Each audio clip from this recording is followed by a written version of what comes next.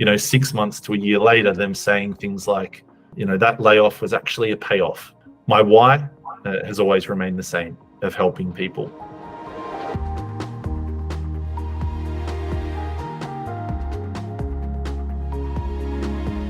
Hi everyone, my name is Harry from Helix House. Today we've actually jumped into the digital space, which is on purpose because that's where a lot of us actually work these days, remote or whatever.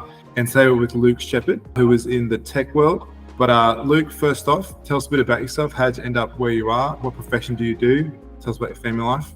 Go for it, man. Great to connect. Thanks, Harry. My name's Luke. I've grown up on the Central Coast. I've got a beautiful wife and daughter, and I've been in the tech space, or recruitment, for about 13 years, in the tech world for the last 6. I got into this space in the not-for-profit sector because outside of work, I've held this core value of really wanting to help people. So my first 5 years in recruitment was actually helping people get off Centrelink payments, like the New Start allowance, like the disability pension, people that have maybe never worked in their lives, people maybe with significant intellectual and physical disabilities. That was a real foundational part of my career where I learned the importance of really meeting people where they're at, creating a space for emotional safety.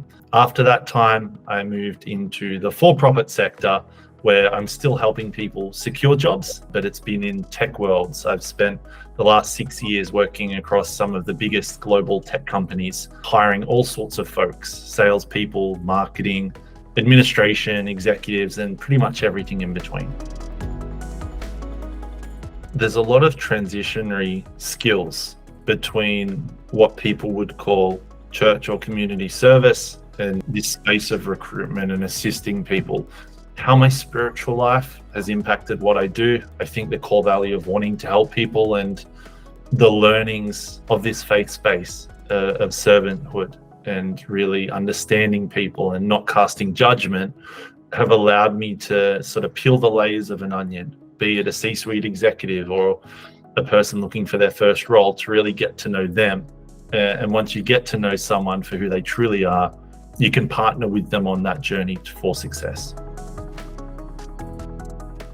We're here today very intentionally on a virtual call. And what I do for most of my time is work from my home office on virtual calls like this, interviewing people, meeting them, getting to know them, etc. And if we wind back the clock a couple of years, the whole world halted. It pivoted with a pandemic from face-to-face everything to everything virtual. And even as we come out of the backside of the pandemic, there's this quote-unquote new normal that everyone's trying to figure out. How can I perform a role from home? How can I perform a role in my duties in an office? Maybe it's somewhere in between. And even along that journey, how can we connect as people virtually? How can I balance this notion of work and life, where for a lot of young adults, their home office is their dinner table. So having to log off and close their laptop and try and be present with their family, their partner, their roommates is one of the challenges.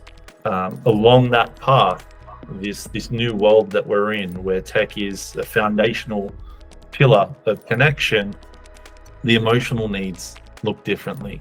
The challenges for people like myself is, how can I stay connected when I may not come across anyone for a whole day outside of my family members when I'm working from my home office physically? So I think the practical, the spiritual, and also the emotional, they're all very much intertwined. And how we navigate this with success, I don't think there's a cookie cutter approach. It's truly understanding people. If their preference is virtual, leaning into that. If their preference is face-to-face, how can we create a space for that to happen organically as well? Outside of buying a home or getting married, securing a job, securing your next promotion, getting a pay rise to allow you to buy a house, for instance, it's often the biggest decision we'll make here in Australia and most of the Western world. So my why is helping people along that journey. If it is securing that next role, brilliant. But a lot of the time it looks like sowing a proverbial seed and maybe introducing them to someone that might not have a job right now, but in 2 years when a job does come up, they're front of mind. More recently in tech, I've had the privilege of working with people that have woken up to emails informing them that through no fault of their own, no fault of their performance, that they no longer have a job.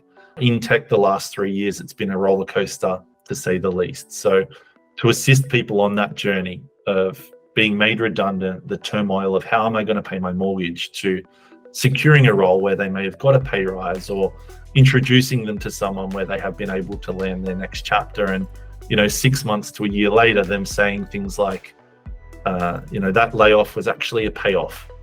I never thought I'd be in a position to secure a job like this. And I never would actually be looking for a job if that didn't happen to me. So those are a couple of things that stick out to me. My why has always remained the same, of helping people, whether they're a C-suite executive or someone looking for their first job. If I can help, big or small, I'll do my best to do so.